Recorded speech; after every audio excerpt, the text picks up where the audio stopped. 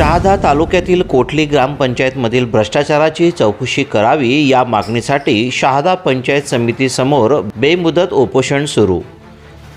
उपोषण करत असलेल्या ज्येष्ठ नागरिकांचा पेंडॉल पोलिसांनी काढल्याचा उपोषणकर्त्यांचा आरोप।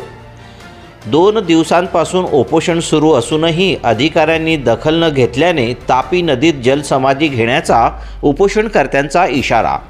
मी अरुण निमगाव पाटील कोटली। जरा मला न्याय जर नाही भेटला ते कारणखेडा पुलावरून जलसमाधी घेऊ। याबाबत सविस्तर वृत्त असे।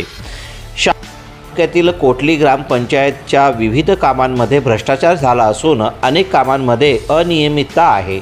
या सर्व कामांची चौकशी करून भ्रष्टाचार करणाऱ्या पदाधिकारी आणि कर्मचाऱ्यांवर चौकशी करून गुन्हे दाखल करण्यात यावे या मागणीसाठी अरुण भीमराव पाटील यांनी शहादा पंचायत समितीसमोर 2 दिवसांपासून बेमुदत उपोषण सुरू केले आहे। मात्र प्रशासनाच्या वतीने या बेमुदत उपोषणाची दखल घेण्यात आलेली नाही। मात्र दुसरीकडे ज्येष्ठ नागरिक उपोषणाला बसले असताना प्रशासनाची हुकुमशाही दिसून येत आहे। उपोषणकर्त्यांनी लावलेला पेंडॉल पोलिसांनी काढल्याचा आरोप उपोषणकर्त्यांनी केला आहे। 2 दिवसात जिल्हा परिषद आणि पंचायत समितीच्या एकाही अधिकाऱ्याने आपली भेट घेतलेली नाही। भ्रष्टाचार करणाऱ्या व्यक्तींवर कारवाई न झाल्यास तापी नदी पात्रात जलसमाधी घेण्याचा इशारा अरुण पाटील यांनी दिला आहे। मी अरुण निमगाव पाटील कोटली। तर टेंटवाल्याला 2 दिवस पोलीसवाल्याने दम दिला।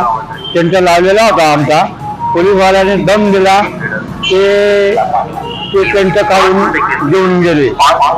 परत 2 दिवस झाले कोणतेही अधिकारी इथं आलेले नाही। फक्त कारणखेड्याचे पोलीस परिक्षणाला थांबलेले होते रात्री आणि काल।